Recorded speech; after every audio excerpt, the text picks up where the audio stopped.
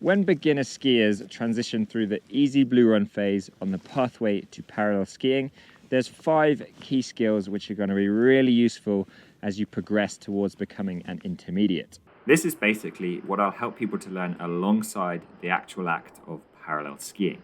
So let's get right into it. Firstly, the parallel stop.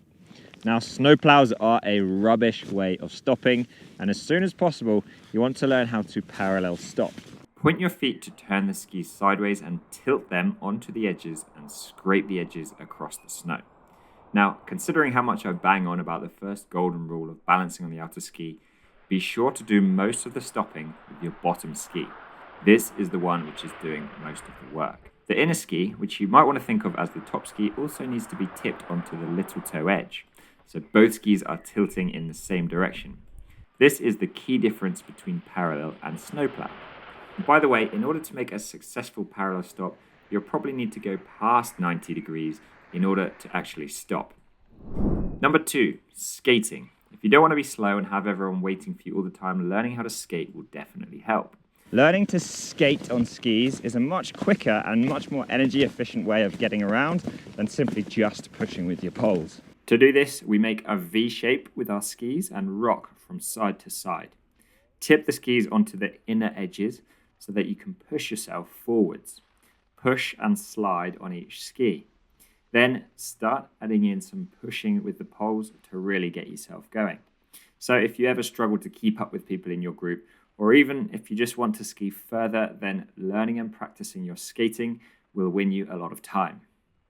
Before we move on to skill number 3, I just want to take a quick moment to answer the many of you who have been asking where I film these videos.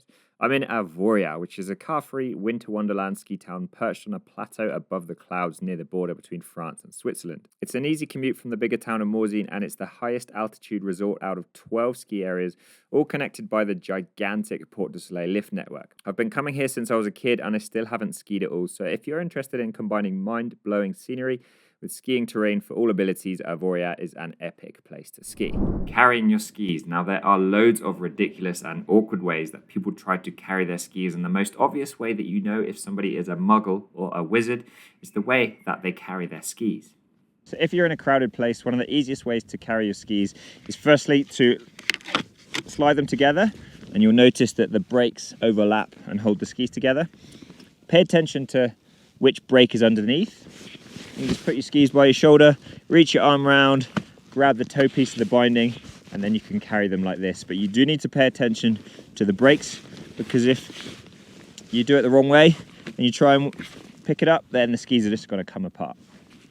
So if you're in an open place and you've got a bit more space and maybe you're going for a bit of a longer walk, then by far the easiest way to carry your skis is, again, to lock them together so the brakes hold the skis together. And again, pay attention to which brake is underneath. And we're just going to put the skis on our shoulder with the toe piece behind the shoulder. And then you can put your arm on the tip of the ski, which is in front of you, and then tip it until that weight is spread evenly on your spine. If you're doing this, pay attention to people behind you, because if you forget about the amount of ski you've got behind you, it's easy to swing them around when you're changing direction, and then you can hit people in the head behind you with your skis, which is poor etiquette. So either way, whether you're carrying your skis on your shoulder or if you're carrying them in front of you like this, either way, you're going to have one hand free that you can use to carry your poles. But the natural thing that you're going to do when you're trying to walk around in big clumpy boots is you're probably going to be swinging your poles around behind you like this. So please try not to do this, because it's very antisocial to the children who might be standing behind you. We're swinging the sharp end of our pole at eyeball height. So instead of swinging them around behind you like is natural, just hold the poles more in the middle and just try and keep that hand pretty stable so you're not swinging the poles around behind you. Please and thank you. Mega important skill for beginner and intermediate skiers to get to grips with is side slipping. Not only is this a safe and slow way to get down if ever you're in tricky situations, but also tilting both skis in the same direction and scraping the edges across the snow is going to help you to crack your parallel turns.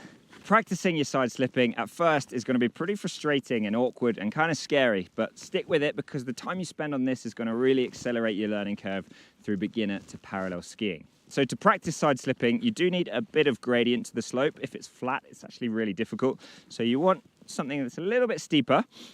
You're going to be tempted to put your poles in the snow.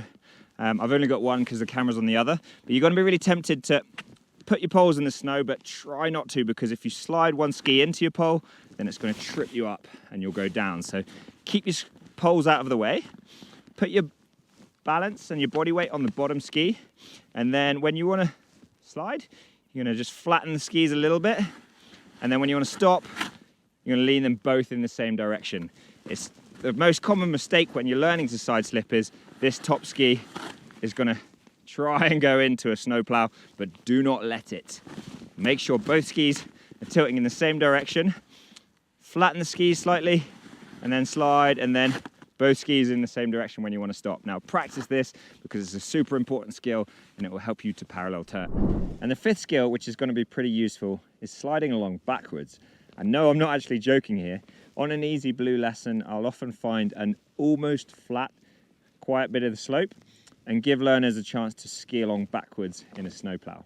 This teaches you what to do whenever your skis slide even slightly backwards, so practicing this takes some of that fear away. So have a go at sliding along backwards in a reverse snowplow. You can use the snowplow shape to slow yourself down and to brake, and look over your shoulder. Try to twist your upper body to look where you're going, and when you want to face forwards again, balance on the bottom ski and lift the other ski around. So there you have 5 skills to learn alongside your parallel skiing as you transition from being a beginner to being intermediate. Have fun, hope it helps, and I'll see you in the next one.